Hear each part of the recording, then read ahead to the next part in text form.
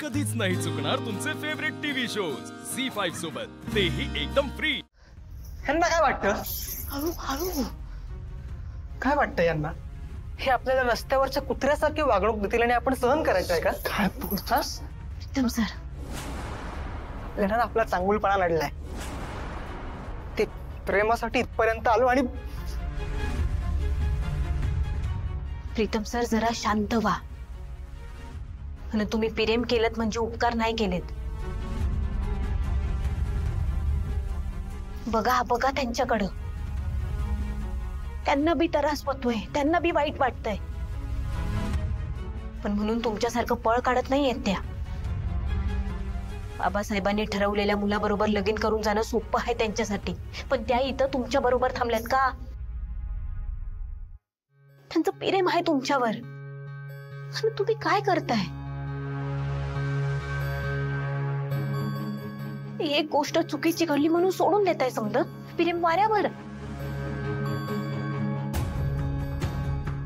हे बघा Aditya sir, Pritam sir, देवी आई आणि आबासाहेबांमध्ये नेमकं काय घडलंय हे आपल्याला नाही माहिती, त्यामुळे आपण आत्ताच निर्णय घेणं गरजेचं आहे का?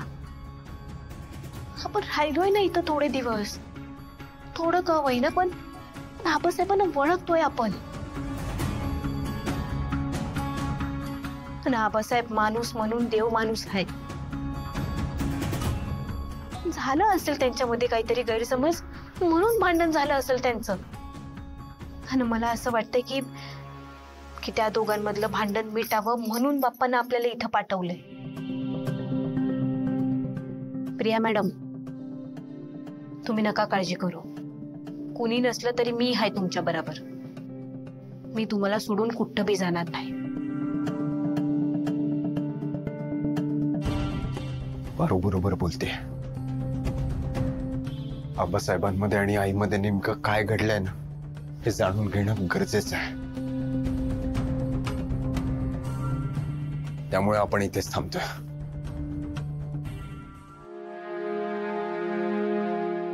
प्रीतम सर, प्रिया मॅडम,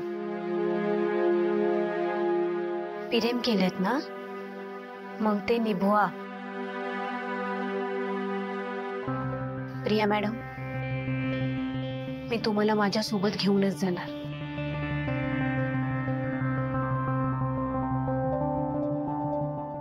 हो प्रिया,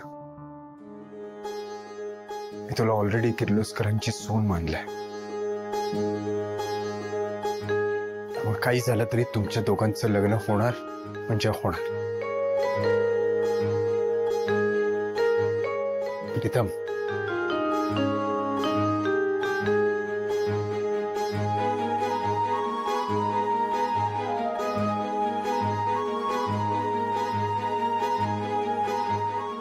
सॉरी प्रिया मॅडम,